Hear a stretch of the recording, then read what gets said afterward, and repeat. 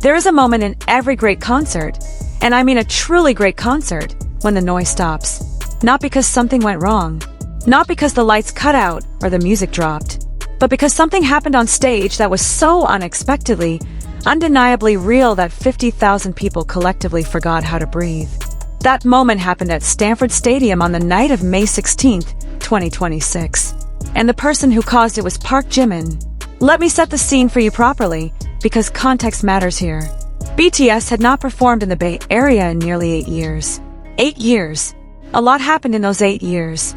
The pandemic, the hiatus, the military service. Each member went away, did the hard thing their country asked of them, and came back.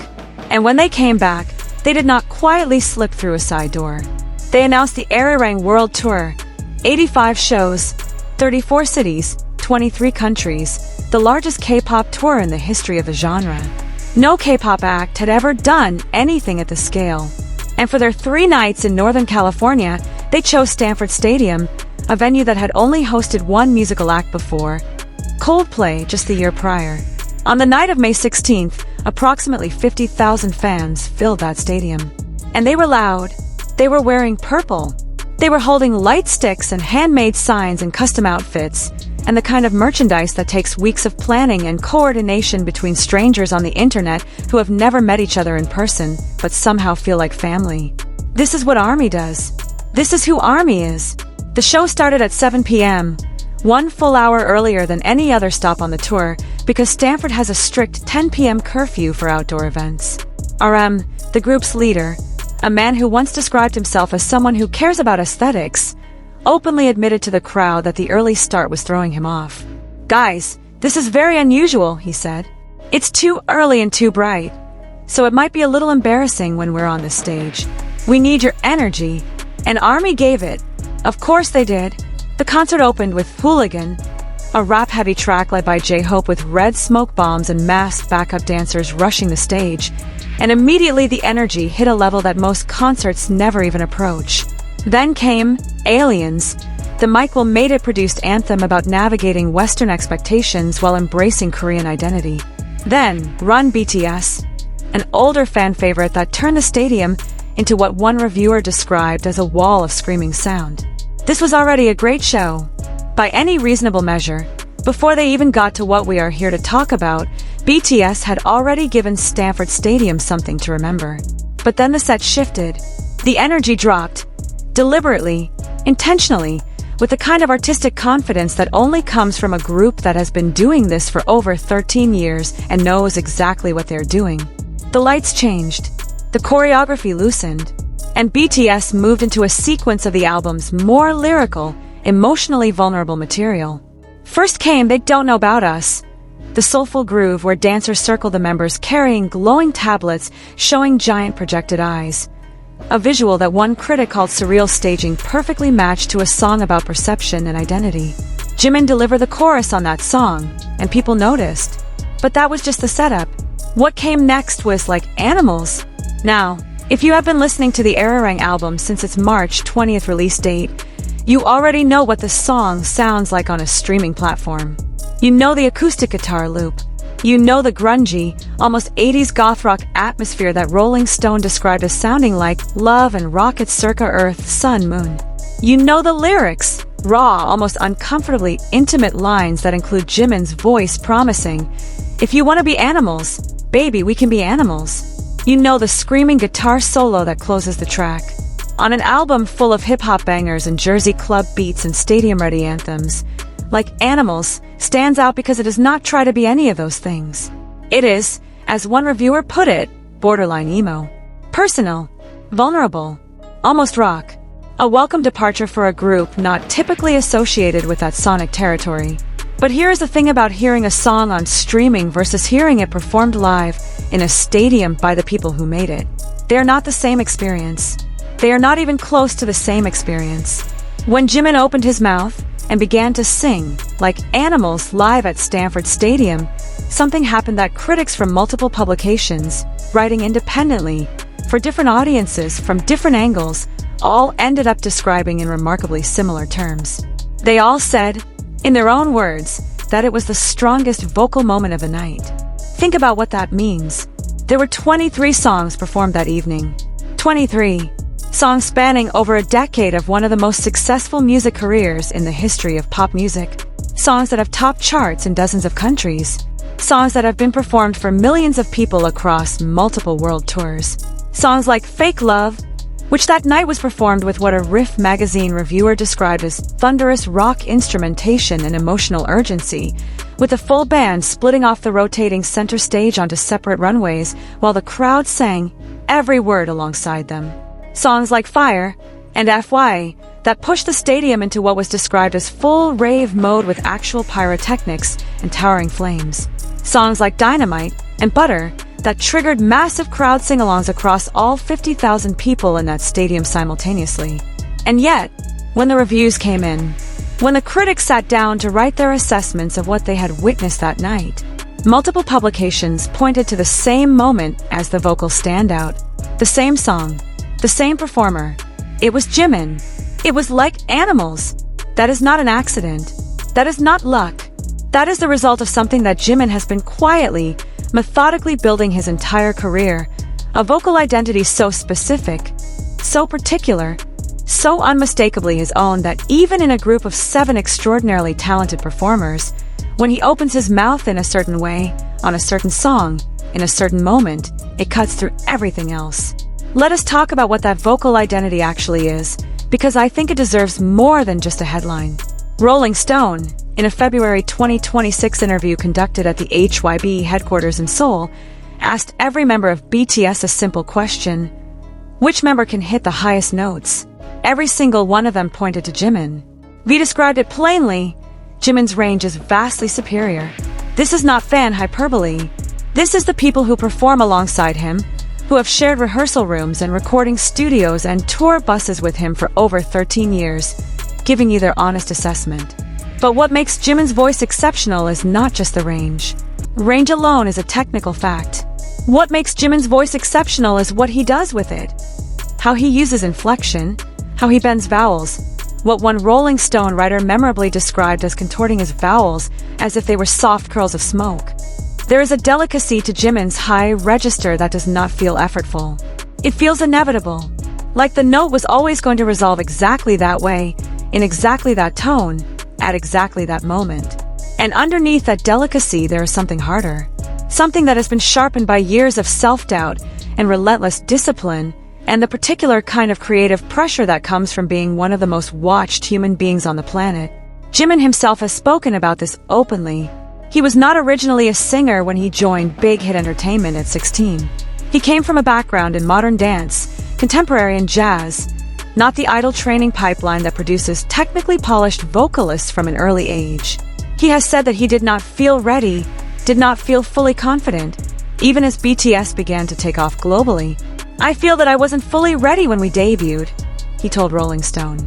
And even after years of unambiguous commercial and critical success, even after Like Crazy made him the first Korean solo artist in history to reach #1 on the Billboard Hot 100, even after a solo album that showcased what he was capable of when there were no constraints, he still describes himself as someone who feels like he has to keep catching up. "I'm not sure if I'd call myself a perfectionist," he said in that same interview, in a way that made it very clear he absolutely is. That is who was standing on the stage at Stanford Stadium when Like Animals began. Not a performer content to coast on what has already been achieved. Not someone going through the motions of a song he has performed hundreds of times and could deliver in his sleep. Someone who, by his own admission, still approaches every performance with the hunger of a person who believes there is more to prove.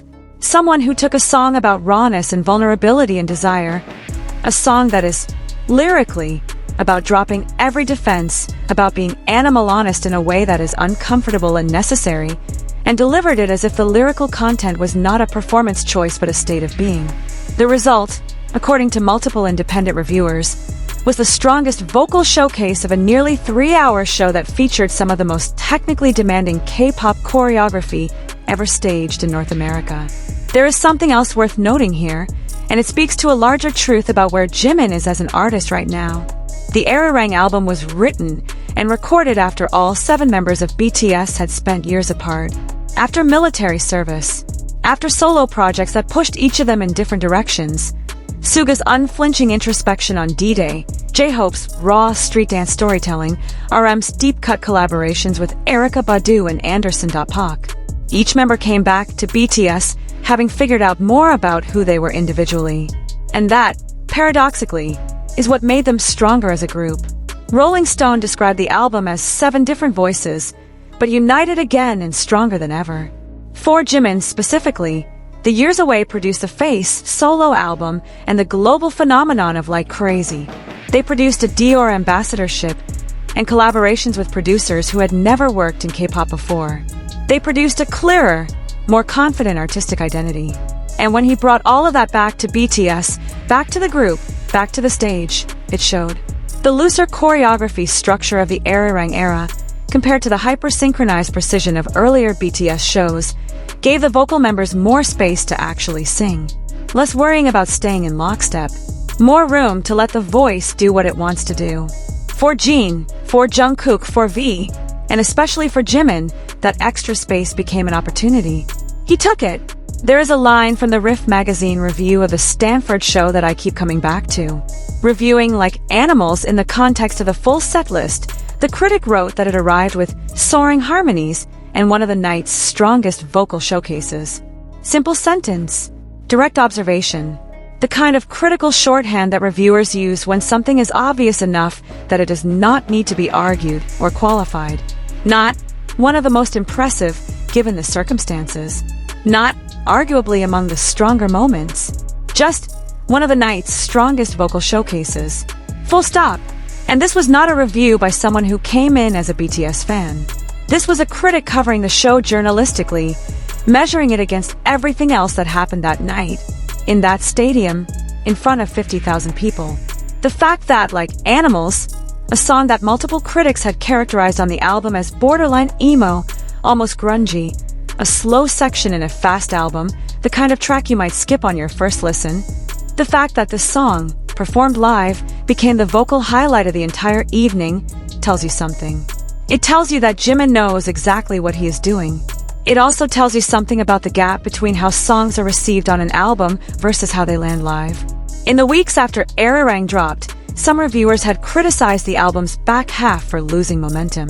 The Hollywood Reporter's track-by-track breakdown noted that Arirang was, without a doubt, BTS' most experimental album to date, with tracks like Animals offering the group a chance to showcase a different side of themselves. But not every critic was convinced by the studio version. There were takes about the vocal processing on the album, making it hard to distinguish between the 4 vocalists, Jin, Jimin, Jungkook, and V, a criticism that acknowledged their individuality shining through but suggested the production sometimes worked against it. Live at Stanford, there was no such confusion. Live, you know exactly whose voice you are hearing. You know exactly what Jimin sounds like when he is not behind a microphone that has been processed and layered in a studio. You know exactly what it sounds like when that particular voice, the one we called vastly superior in terms of range, takes a song about vulnerability and rawness and performs it in front of 50,000 people without a net. It sounds like the strongest vocal moment of the night, according to multiple people whose job it is to know the difference. One of the things that makes this specific moment worth examining is what it says about the broader conversation happening around Jimin right now. Because it is not a smooth, uncomplicated conversation. In the weeks leading up to Stanford, fans have been loudly criticizing camera direction at other tour stops for what they characterized as Jimin not receiving fair screen time at the Jumbotrons, meaning that concertgoers in the upper sections, who could not see the stage clearly, were missing his performances on the big screens. The hashtag #RespectJimin had trended on X. There have been complaints about a CBS News broadcast appearing to show a BTS group photo with only 6 members. The frustration in the fanbase was real and vocal. And then Jimin walked out at Stanford and delivered a vocal performance that, according to the critics who were there professionally, was simply the best singing of the night. Not a question of screen time. Not a question of who the camera found or didn't find. Not a question of fairness or politics or industry dynamics. Just a voice, a microphone, a song, and 50,000 people who went quieter than they probably expected to go. That is the thing about a voice at the level Jimin is operating. You cannot subtract it from a narrative. You cannot underrate it indefinitely. Sooner or later, it asserts itself. Sooner or later, the critical consensus catches up with what the fans already knew. At Stanford Stadium, on a warm California night in May 2026, it caught up. The Arirang World Tour still has months to go. Las Vegas next, then Europe, then Latin America, then Asia, Australia, more. 85 shows in 34 cities. Jimin is going to perform, like animals, many more times before this tour is done. And if what happened at Stanford is any indication, if the critics who showed up that night to do their jobs walked away agreeing on one thing above everything else, then every city on that tour is going to find out what 50,000 people in Palo Alto already know. ParkJimin showed up at Stanford Stadium and delivered one of the vocal performances of the year. Multiple critics agreed, and the Arirang World Tour still has a long, long way to go.